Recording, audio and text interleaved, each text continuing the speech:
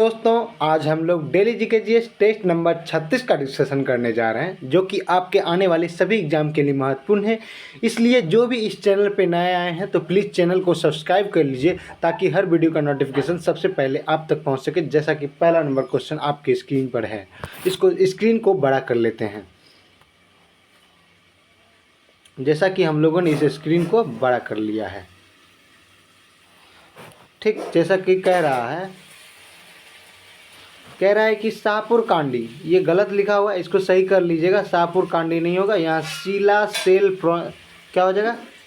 सेला सुरंग परियोजना। क्या हो जाएगा? सेला सुरंग परियोजना। ध्यान दीजिएगा।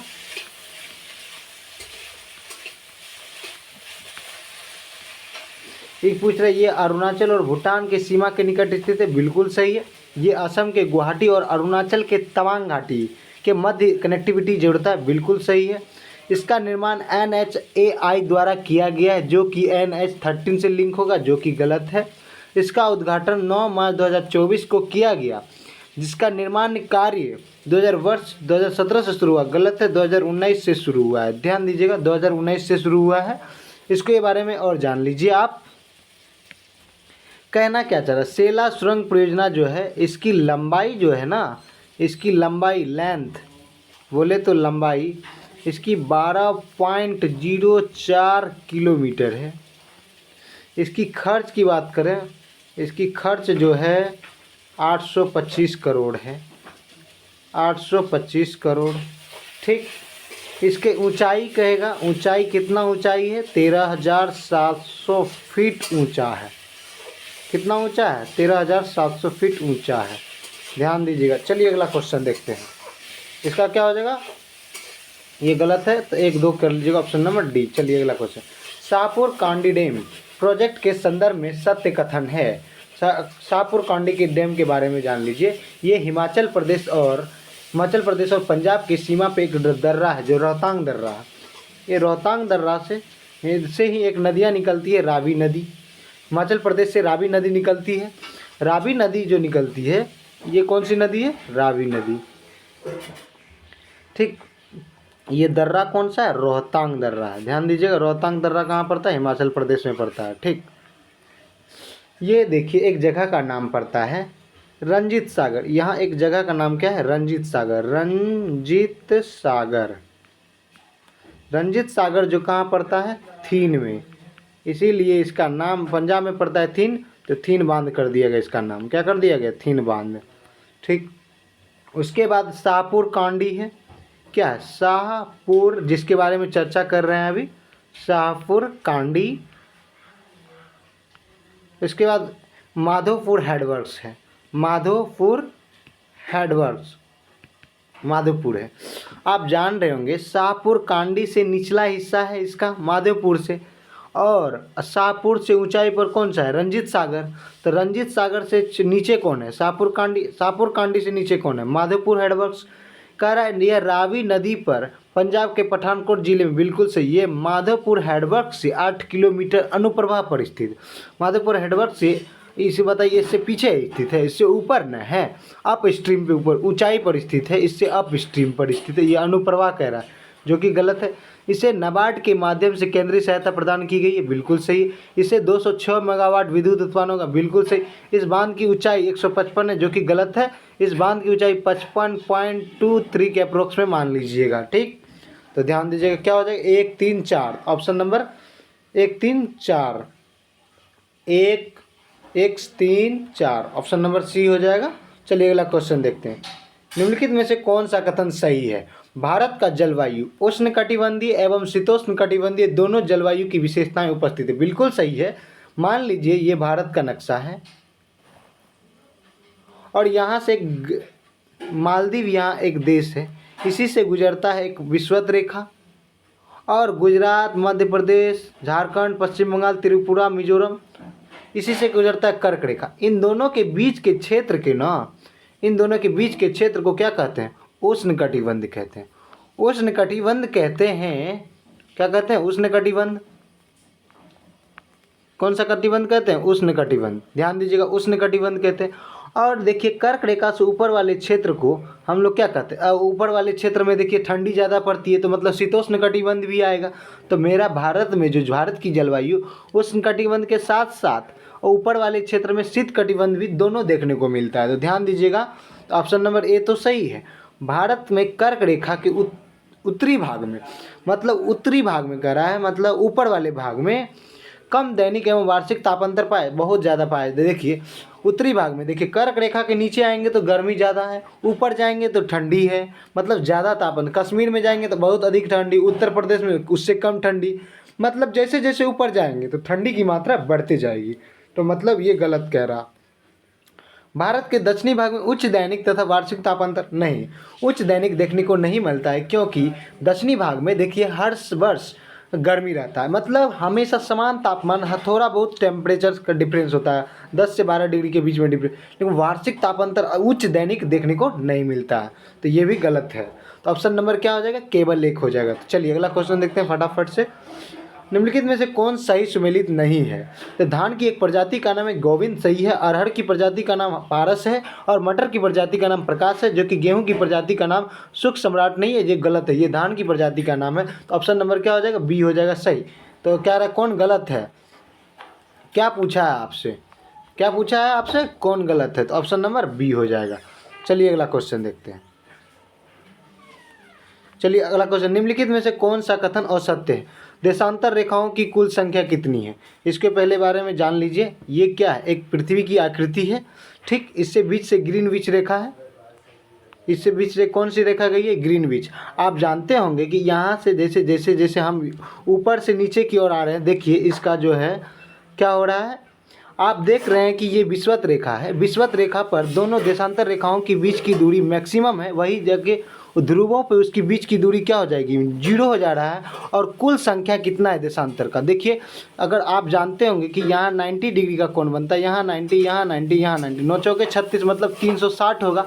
तो कह क्या रहा है, 180 है, ये गलत है। देशांतर रेखाओं की संख्या कितनी है, 360, जो कि गलत कह रहा है। ऑप्शन नंबर क्या हो जाएगा, ए। आप ये सब सही लाइन सही है। कह रहा है किसी भी स्थान की ग्रीनविच रेखा से, आप अभी देख लीजिए कि जैसे मान लीजिए ये रेखा है ग्रीनविच रेखा, आप अभी हम आपको खींच के बताए, देखिए यहाँ ये जो है ये विषुवत रेखा, और यहाँ से विषुवत रेखा प्रत्येक डिग्री पे देखिए 90 ये कोण बना रहा है, मतलब प्रत्येक एंगल पर क्या बना रहा है, कोणीय दूरी। कह रहा है किसी स्थान से ग्रीनविच रेखा, मतलब ग्रीनविच रेखा से कोणीय दूरी उस स्थान का देशांतर कहलाता है। बिल्कुल सही है, देख सकते हैं आप, ये क्या कर रहा है, कोण बना रहा है, मतलब कोणीय दूरी क्या कहलाता है, देशांतर रेखा कहलाता है।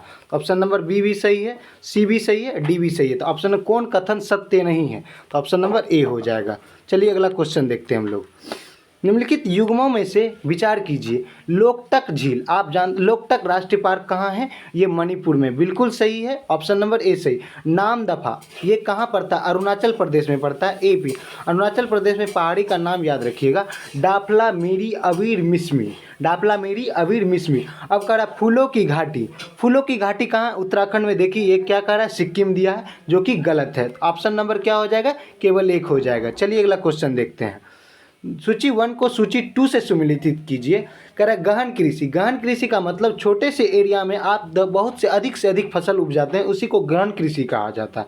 विस्तृत कृषि किसे कहा जाता है, मतलब बहुत बड़ा एरिया है उसमें फसल उपजाते हैं, बहुत बड़े से एरिया में फसल उपजाते हैं तो उसे क्या करता है, विस्तृत कृषि। स्थानांतरण कृषि का मतलब होता है, स्थानांतरण कृषि का मतलब बहुत लंबे समय तक प्रति छोड़ने के बाद पुनः उस पर फसल लगाते हैं, तो वो क्या कहलाता है, स्थानांतरण कृषि कहलाता है। मिश्रित फसल क्या कहलाता है, मिश्रित फसल जो होता है आपका, मिश्रित फसल मतलब खेती के साथ साथ पशुपालन भी कर रहे हैं, ये क्या कहलाता है, मिश्रित खेती कहलाता है।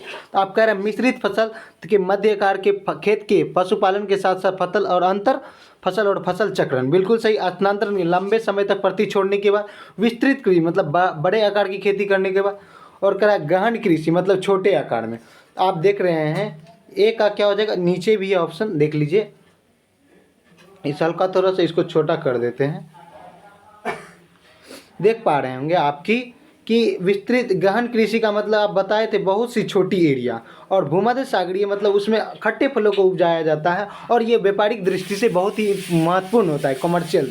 तो ये ए का 4 हो जाएगा। तब बताइए, आपको बताया गया ए का 5, ए का 5, बी का क्या बताया गया आपको, अभी विस्तृत कृषि, बी का 1 बताया गया, और सी का आपको क्या बताया गया, 3 बताया गया, स्थानांतरण मतलब लंबे कृषि तक।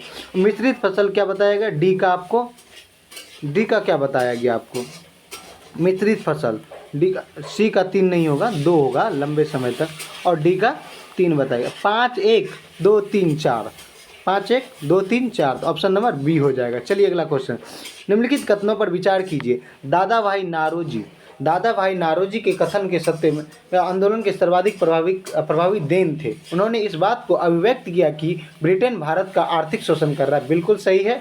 और दादा भाई नौरोजी की पुस्तक की नाम बहुत ही फेमस पुस्तक है, poverty and British rule India, poverty and un-British rule in India, un-British rule in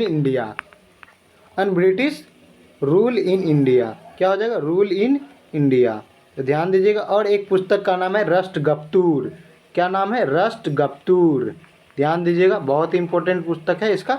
चलिए तो ऑप्शन नंबर ए हो जाएगा। चलिए अगला क्वेश्चन देखते हैं क्या रहा है। कह रहा है कि उन्होंने प्राचीन ग्रंथों की व्याख्या की और भारतीय आत्मविश्वास जगाया। ये गलत है, ये भी गलत है, तो ऑप्शन नंबर क्या हो जाएगा, केवल 1 हो जाएगा। चलिए अगला क्वेश्चन देखते हैं। कह रहा है निम्नलिखित किसने यह विचार किया था कि भारत में ब्रिटिश आर्थिक नीति घिनौनी है। इसकी बात जर्मनी का एक दार्शनिक था जिसका नाम था कार्ल मार्क्स ने ब्रिटिश आर्थिक नीति की घिनौनी का दर्शना किया था। ऑप्शन नंबर सी हो जाएगा। चलिए अगला क्वेश्चन, दक्षिण भारत में सिंचाई व्यवस्था का अग्रदूत किसे माना जाता है, सर आर्थर कॉटन को माना जाता है। सर आर्थर कॉटन को दक्षिण भारत का में सिंचाई व्यवस्था का अग्रदूत माना जाता है। चलिए अगला क्वेश्चन, भारत के इतिहास के संदर्भ में निम्नलिखित युग्मों पर विचार कीजिए। औरंग राजकोष का प्रभावी था, जो कि गलत है। औरंग जो था ये गोदाम से संबंधित है, इसमें फसल को क्या किया जाता है, स्टोर करके रखा जाता था। बेनियान ईस्ट इंडिया कंपनी का भारतीय एजेंट था, बिल्कुल सही है। मिरासीदार राज्य का नामित राजस्वदाता था, ये भी सही है। ऑप्शन नंबर क्या हो जाएगा, 2 3 क्या हो जाएगा, बी में है, ऑप्शन नंबर 2 3 हो जाएगा। चलिए अगला क्वेश्चन, और आर्थिक तौर पर 19वीं शताब्दी में भारत पर अंग्रेजी शासन पर एक परिणाम था, इसमें क्या होगा, भारतीय हस्तशिल्पों के निर्यात में वृद्धि, गलत है। भारत के स्वामित्व वाले मतलब मालिक वाले कारखानों की वृद्धि हुई थी, गलत है। भारतीय कृषि का वाणिज्यिकरण किया गया था, ऑप्शन नंबर सी हो जाएगा, ठीक, ध्यान दीजिएगा। निम्नलिखित में से कौन युग में सुमेलित नहीं है, दीवान मुस्तखराज, इन्होंने दीवान मुस्तखराज क्या था, वित्त विभाग था, क्या था, वित्त विभाग, ध्यान दीजिएगा, वित्त विभाग था, क्या था, दीवान मुस्तखराज वित्त विभाग। अलाउद्दीन खिलजी ने, दीवान आमिर कोही ये कृषि विभाग था, क्या था, कृषि विभाग था, कृषि विभाग मोहम्मद बिन तुगलक से। दीवान खैरात दान विभाग बनाया था फिरोज शाह तुगलक। दीवान रियासत बाजार नियंत्रण विभाग था, बाजार नियंत्रण विभाग था, क्या था, बाजार नियंत्रण विभाग था, क्या था, बाजार नियंत्रण विभाग। तो क्या हो जाएगा आपका ऑप्शन, तो ये गलत है, तो ऑप्शन नंबर डी हो जाएगा, तो ध्यान दीजिएगा ऑप्शन नंबर डी। चलिए कह रहा है फोटोग्राफिक अस्थायी कर फिक्सर या विकास डेवलपर के रूप में उपयोग होने वाला रसायन क्या है, सोडियम सल्फेट जो कि गलत है, सोडियम सल्फाइड जो कि गलत है, सोडियम थायोसल्फेट, इसका सूत्र होता है Na2S2O3 × 5H2O, क्या होता है, Na2S2O3 × 5H2O, ठीक, तो ऑप्शन नंबर सी हो जाएगा। हाइड्रोजन बम कहे या परमाणु बम कहे, दोनों में क्या देखने को मिलेगा, अनियंत्रित, क्या देखने को मिलेगा, अनियंत्रित देखने को मिलेगा। और परमाणु हाइड्रोजन बम कहेगा तो संलयन पे काम करता है, और परमाणु बम कहेगा तो विखंडन। एटम की बात करेगा, परमाणु बम की बात करेगा तो विखंडन हो जाएगा, क्या हो जाएगा, विखंडन, ध्यान दीजिएगा, विखंडन हो जाएगा। तो बताइए क्या होगा, तो ऑप्शन नंबर अनियंत्रित संलयन अभिक्रिया, ऑप्शन नंबर बी हो जाएगा। आपको अभी समझा दिया गया है, तो ठीक ध्यान दीजिएगा। तो ऑप्शन नंबर क्या हो जाएगा, बी हो जाएगा। चलिए अगला क्वेश्चन है, यदि एक तत्व जिसका परमाणु द्रव्यमान 240 है, इसको तो समझ लीजिए पहले, और परमाणु संख्या 96 है, 2 अल्फा तथा 2 बीटा कणों का क्षय होता है, तो नया तत्व क्या होगा, ये पूछा गया है। आप समझिए, जब अल्फा कण कहेगा, क्या बोलेगा, अल्फा कण कहेगा तो आप परमाणु द्रव्यमान में से 4 को घटा दीजिएगा और एटॉमिक नंबर में से 2 को घटा दीजिएगा। जब बीटा कण कहेगा तो आप ध्यान दीजिएगा, बीटा कण कहेगा तो परमाणु संख्या में 1 जोड़ दीजिए और परमाणु द्रव्यमान में एटॉमिक मास में कोई चेंजिंग नहीं, नो चेंज। क्या कीजिएगा पहले, नो चेंज। तो ये इतनी बात तो आप लोग समझ गए होंगे। अब कह रहा है क्या, क्वेश्चन जो कह रहा है उसके अनुसार अब चलिए, एक्स मान लिए, इसका परमाणु द्रव्यमान 240 दिया हुआ, 240 हमने दे भी दिया और इसकी परमाणु संख्या 96 दिया हुआ और कहा क्या है 2 अल्फ़ा -2 अल्फ़ा कर दिया। अभी आपको बताया कि अगर परमाणु द्रव्यमान में से घटाना हो अल्फ़ा तो 4 अल्फ़ा घटाएंगे, तो 2 अल्फ़ा है तो 2 गुना 4 करेंगे तो 4 दूनी 8, 240 में से 8 अल्फ़ा घटा देंगे तो कितना बचेगा, 232 बचेगा। 32 8 40, क्योंकि देखिए अल्फ़ा के जगह हम बताए थे कि अल्फ़ा बराबर अगर अल्फ़ा कहेगा तो बीटा, तो ए माइनस क्या करना है, 4 करना है, ए माइनस 4 करना है। तो हमने क्या किया, अल्फ़ा में ए माइनस 4 कर दिया, तो यहाँ 2 अल्फ़ा था तो 4 रख दिया अल्फ़ा की जगह, तो क्या किए 4 दूनी 8, तो क्या 240 में से 8 चला गया तो कितना बचा 232। उसी तरह हमने बताया कि जेड में से कितना घटाना है 2, तो यहाँ अल्फ़ा की जगह क्या रखना पड़ेगा आपको, 2 रखना पड़ेगा, 2 दूनी 4, तो 96 में से 4 गया तो कितना आया 92 आया। अब फिर कह रहा है 2 बीटा कण निकाला जाता है, 2 बीटा कह रहा है। आपको अभी बताया गया कि परमाणु द्रव्यमान में कोई चेंजिंग नहीं आएगा, एज इट इज लिखा जाएगा 2232 का 232। अभी कहे थे कि परमाणु संख्या में एटॉमिक नंबर में 1 जोड़ देना है, Z+1 कर देना है, मतलब बीटा के स्थान पे 1 रखे, 2 गुना 1 2 हुआ, तो 92 में हमको 2 जोड़ देना है क्योंकि प्लस का सिंबल है तो प्लस कर दीजिएगा, तो 92 2 कितना हो जाएगा 94 हो जाएगा। 232 और 94, अब देखिए परमाणु द्रव्यमान किसमें 232 है और 94 परमाणु संख्या दिया हुआ। कह रहा है जिसका परमाणु द्रव्यमान 232 और परमाणु संख्या 94 होगा, एक नया तत्व अधिक अस्थायी होगा। हाँ याद रखिएगा, ये अधिक अस्थायी होता है ना कि कम अस्थायी होगा। तो ध्यान दीजिएगा, ऑप्शन नंबर सी हो जाए, इसमें भी है लेकिन यहाँ कम अस्थायी कह रहा है तो ऑप्शन नंबर डी नहीं होगा, ऑप्शन नंबर सी हो जाएगा। चलिए अगला क्वेश्चन देखते हैं। निम्नलिखित रसायनों को उनके सामान्य नामों के साथ सुमेलित कीजिए। सोडियम बाइकार्बोनेट, इसका सूत्र होता है NaHCO3। सोडियम बाइकार्बोनेट को ही हम लोग बेकिंग सोडा कहते हैं या खाने वाला सोडा कहते हैं, तो ऑप्शन नंबर 2 हो जाएगा। सोडियम कार्बोनेट, इसका सूत्र होता है, सोडियम कार्बोनेट का सूत्र हो जाएगा वाशिंग सोडा। इसका क्या हो जाएगा वाशिंग सोडा, इसका सूत्र होता है Na2CO3 इंटू 10H2O होता है, 10 Na2CO3 इंटू 10H2O होता है, तो ऑप्शन नंबर बी का 4। अब नाइट्रस ऑक्साइड का सूत्र जानते होंगे N2O, जिसे हम लोग लाफिंग गैस कहते हैं, तो ये सी का 1 हो जाएगा। हाइड्रोजन कैल्शियम सल्फेट कहेगा, आप याद रखिएगा प्लास्टर ऑफ पेरिस का जो सूत्र होता है CaSO4 इंटू ½ H2O होता है। अब मिला लीजिए, ए का क्या कह रहा है 2, 2 किस में है, ए का 2, बी का 4, ऑप्शन नंबर क्या हो जाएगा बी हो जाएगा आपका। चलिए अगला क्वेश्चन देखते हैं। निम्नलिखित में से कौन सा तत्व अम्लों से निश्चित रूप से उपस्थित होता, अम्लों में आप ध्यान दीजिएगा, अम्ल की बात करेगा। एसिड को 2 भागों में बांटा गया है, hydra acid, oxy acid. Hydra acid के अंतर्गत HF आ गया, HF आ गया, HI आ गया, उसी तरह HNO3 आ गया, HNO3 हो गया, ठीक, HNO3 हो गया, उसी में हाइड्रोजन सल्फेट H2SO4 हो गया। आपने देखा कह रहा है अम्ल निश्चित रूप से उपस्थित, तो इसमें भी अम्ल है, इसमें भी अम्ल है, और दोनों में क्या देखने को कॉमन मिला H, मतलब हाइड्रोजन। अम्ल की बात करेगा तो दोनों में क्या उपस्थित रहता है, हाइड्रोजन उपस्थित रहता है।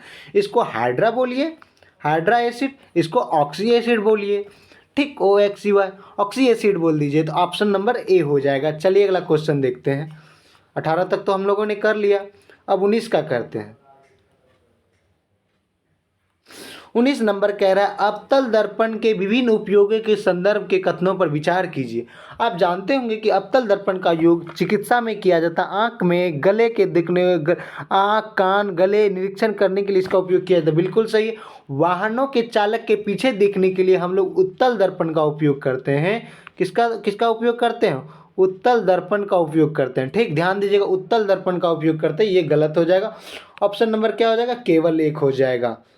सही कौन है, यही पूछ रहा है। तो जो विद्युत पर पारेषण होता है, पारेषण जब कहेगा ना आपको, जब पारेषण की बात करेगा, आप ध्यान दीजिएगा, तो इसमें क्या होता है, उच्च वोल्टेज से निम्न विद्युत धारा होती है। जब आप हाई वोल्टेज उत्पन्न करते हैं उससे निम्न विद्युत धारा होता है, उसमें क्या होता है, निम्न विद्युत धारा। तो ऑप्शन नंबर बी हो जाएगा। निम्नलिखित में से कौन से कथन सही है? ध्वनि वायु में ध्वनि क्या होता है? और अनुदैर्घ्य तरंग है, ये संपीड़न और विरलन के द्वारा तरंग निर्माण करती है, बिल्कुल सही कह रहा है। ध्वनि की प्रबलता उसकी आवृत्ति, आवृत्ति नहीं आयाम से, आयाम क्या होगा, आयाम हो जाएगा, आयाम होगा, तथा ध्वनि का तारत उसके आयाम से, जो कि गलत है। जब कोई वस्तु ध्वनि से अधिक वेग हो, मतलब कह रहा है, हम मान लीजिए वस्तु को v मान लेते हैं और वस्तु की चाल को v नट मान लेते हैं। कह रहा वस्तु की ध्वनि, जब कोई वस्तु ध्वनि की वेग से अधिक, जब वस्तु का चाल ध्वनि के चाल से, जब वस्तु की चाल ध्वनि की चाल से अधिक हो, जब वस्तु ध्वनि के चाल से अधिक हो, उसे हम लोग सुपरसोनिक कहते हैं। क्या कहते हैं? सुपरसोनिक कहते हैं। जब वस्तु का चाल ध्वनि के चाल के 5 गुना से अधिक हो, 5 गुना से अधिक हो, उसे हाइपरसोनिक कहते हैं। तो हाइपरसोनिक कहते हैं। ध्यान दीजिए, अगर ध्वनि की चाल, जब वस्तु की चाल ध्वनि की चाल से कम हो तो उसे हम लोग सबसोनिक कहते हैं। क्या बोलते हैं? सबसोनिक कहते हैं। ध्यान दीजिएगा।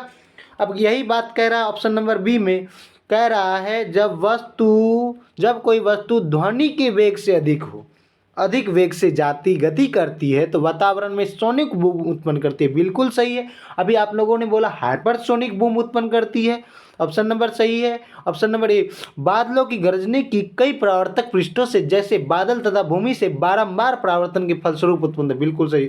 तो बताइए 1 3 4, 1 3 4 इसमें कथन सही है। 1 3 4, 1 3 4 ऑप्शन नंबर ए हो जाएगा।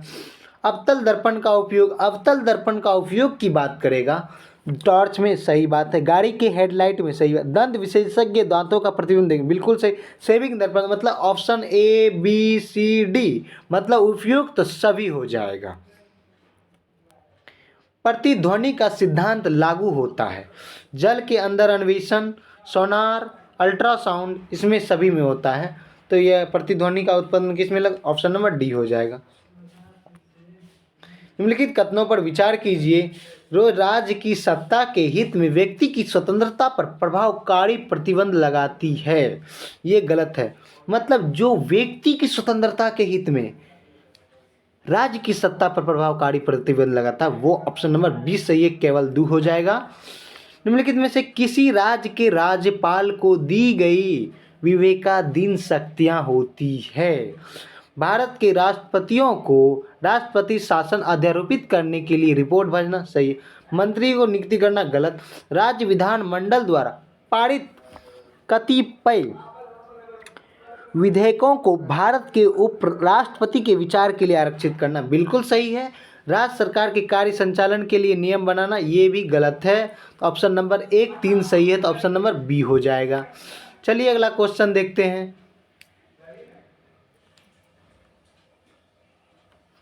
अगला क्वेश्चन देखते हैं, चलिए देख लेते हैं। कह रहा है विक्रय कर, विक्रय कर जिस भुगतान आप कोई टूथपेस्ट खरीदते समय करते हैं, निम्नलिखित में से किस प्रकार का कर है? तो ये केंद्र पर सरकार द्वारा अध्यारोपित नहीं है, ये भी नहीं है, ये भी नहीं है। राज्य सरकार द्वारा संगृहीत एवं आरोपित एवं संगृहीत कर है, तो ऑप्शन नंबर डी हो जाएगा। चलिए निम्नलिखित में से कौन सी सबसे बड़ी संसदीय समिति है? तो सबसे बड़ी समिति जो है कौन सी समिति है? प्राक्कलन समिति है। प्राक्कलन समिति में 30 सदस्य हैं। कितने? 30 सदस्य हैं। जबकि लोक लेखा समिति में 15+7, सरकारी उपक्रम समिति में 15+7, लोक सेवा 15, 7 राज्य। और प्राक्कलन समिति सबसे बड़ी समिति है, जो कि इसमें कितने सदस्य हैं? 30 सदस्य। तो ऑप्शन नंबर बी हो जाएगा। निम्नलिखित कथनों पर विचार कीजिए। भारतीय संघ की कार्यपालिका शक्ति प्रधानमंत्री ही में निहित होती है, गलत है। प्रधानमंत्री सिविल सेवा बोर्ड के प्रधान अध्यक्ष, गलत। ऑप्शन नंबर इनमें से कोई नहीं। भारत में संसदीय प्रणाली की सरकार है क्योंकि लोकसभा जनता द्वारा प्रत्यक्ष रूप से निर्वाचित है, ये भी गलत। संसद संविधान संशोधन कर सकती है, ये भी गलत है। राज्यसभा को भंग नहीं किया जा सकता, ये भी। मंत्रिपरिषद लोकसभा के प्रति उत्तरदायी होता है, इसलिए भारत में संसदीय प्रणाली की सरकार है क्योंकि मंत्रिपरिषद लोकसभा के प्रति उत्तरदायी होता है। Option number D. राष्ट्र के हित में भारत की संसद राज्य सूची के किसी भी विषय पर विधिक शक्ति प्राप्त कर लेती है यदि इसके लिए एक संकल्प है। लोकसभा द्वारा संपूर्ण सदस्यता साधारण बहुमत से पारित करना, ये भी गलत, ये भी गलत। चलिए अगला क्वेश्चन देखते हैं।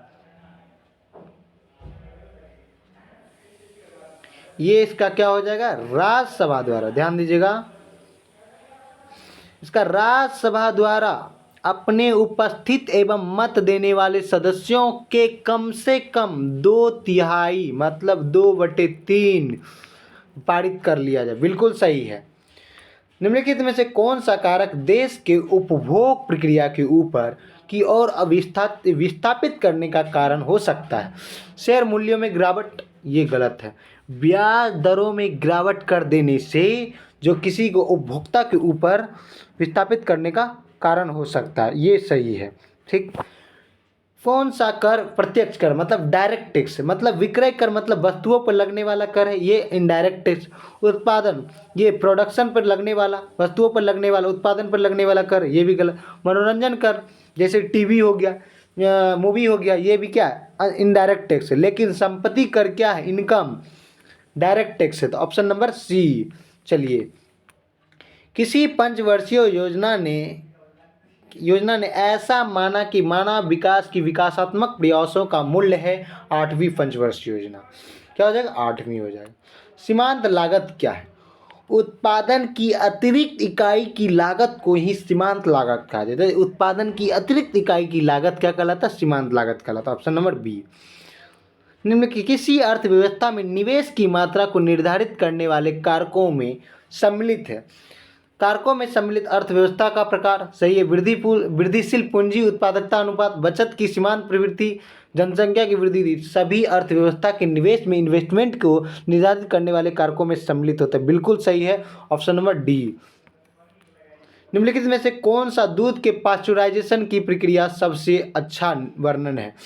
आप जानते हैं 62.8 डिग्री सेल्सियस पे 30 मिनट गर्म किया जाता है और 71.7 डिग्री सेल्सियस पे 15 सेकंड के लिए गर्म किया जाता है। 15 सेकंड के लिए गर्म किया जाता है। कुछ सेकंड के लिए गर्म करने के बाद उसको बहुत तेज़ी से ठंडा कर देंगे, वही पाश्चराइजेशन की क्रिया सबसे अच्छा माना जाता है। तो ऑप्शन नंबर क्या हो जाएगा? कुछ सेकंड के लिए गर्म करने के बाद तेज़ी से ठंडा करना। ऑप्शन नंबर डी हो जाएगा। निम्नलिखित में से कौन से कोशिका अंगक जंतु कोशिका में अनुपस्थित है? जैसे मान लीजिए ये पादप कोशिका, ये जंतु कोशिका, इसका चाकोर होता है, ये हमारा गोल होता है। इसके बाहर कोशिका झिल्ली होती है, इसके बाहर कोशिका झिल्ली के साथ साथ क्या होता है? कोशिका भित्ति भी होती है। हम लोग में कोशिका भित्ति नहीं होता, लेकिन पादप कोशिका में कोशिका भित्ति होती है। इसमें क्लोरोप्लास्ट होता है, हम लोग में क्लोरोप्लास्ट नहीं होता है। इसमें प्लास्टिड होता है, लवक होता है, हम लोग में नहीं होता है। तो क्या हो जाएगा? Option number C. कोशिका भित्ति, क्लोरोप्लास्ट, प्लास्टिड, ये तीनों हम लोग में नहीं होता है। निम्नलिखित में से कौन सा कथन सही है? ब्लड के बारे में पूछा है। ब्लड को 2 भागों में बांटा जाता है। ब्लड को कितने भागों में? 2 भागों में। एक तो प्लाज्मा, ब्लड का 60% भाग प्लाज्मा होता है। क्या होता है? प्लाज्मा। और 40% भाग रुधिराणु, बोले तो कार्पल्स होता है। 40% में कार्पल्स में ही आरबीसी आता है, डब्ल्यूबीसी आता है, प्लेटलेट आता है। क्या आता है? प्लेटलेट्स आता है। ठीक। आरबीसी का जीवन काल 120 दिन होता है, डब्ल्यूबीसी का जीवन काल 2 से 5 दिन के बीच होता है, मिनिमम मैक्सिमम 5 दिन होता है। और इसका क्या होता है? प्लेटलेट का जीवन काल 2 से 3 दिन होता होगा, 2 से 3 दिन होता मान लीजिए। इसमें जो होता है, इसमें आरबीसी की संख्या 50 लाख होती है, इसकी संख्या 10,000 होती है, 10 के इसमें 2 लाख के बराबर होता है। मतलब कह रहा आरबीसी में, रक्त में बराबर आरबीसी और डब्ल्यूबीसी होते हैं। गलत। आरबीसी की संख्या अभी बताया आप लोगों को 50 लाख होता है, डब्ल्यूसी की संख्या 10,000 होती है, तो गलत है। डब्ल्यूबीसी की संख्या आरबीसी से अधिक होती है, गलत है, ये भी गलत है। आरबीसी अधिकतम संख्या में मौजूद होता है, बिल्कुल सही, ऑप्शन नंबर सी हो जाएगा। यकृत के कार्य के संबंध में निम्नलिखित में से कौन सा गलत है?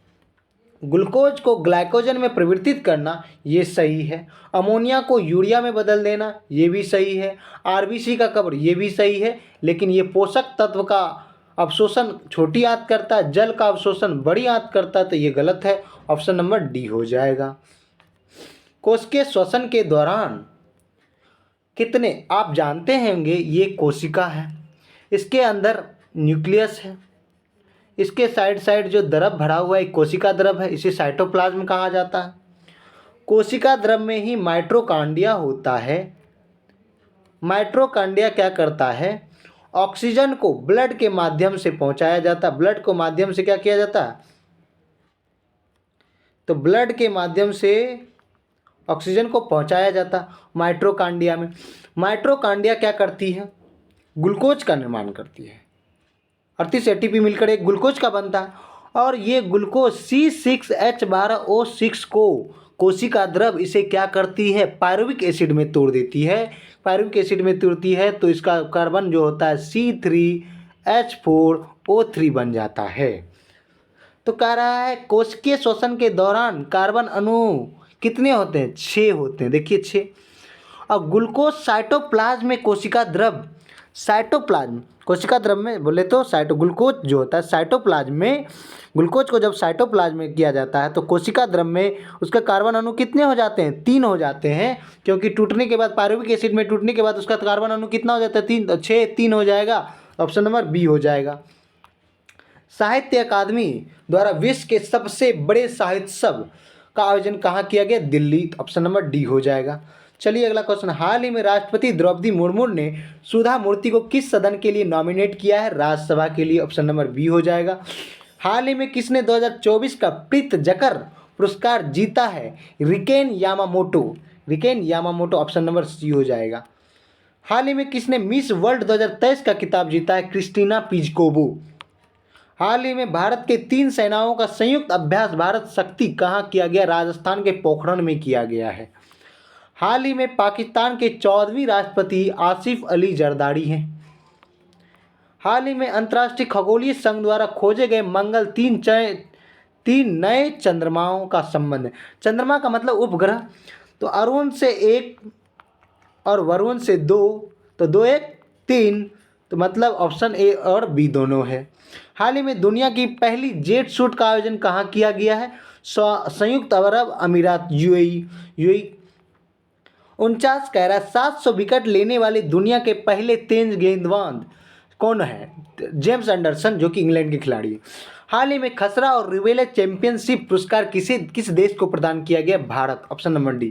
अगर दोस्त आपको वीडियो अच्छा लगा हो प्लीज़ वीडियो को शेयर कीजिए, लाइक दबा के कीजिए और सब्सक्राइब कीजिए, ताकि आपका एक सब्सक्राइब और एक लाइक ही मोटिवेशन उत्पन्न करता है और हमें वीडियो बनाने के लिए उत्साहित करता है। इसलिए जय हिंद दोस्तों, फिर मिलेंगे इसी टाइम पर, बाय।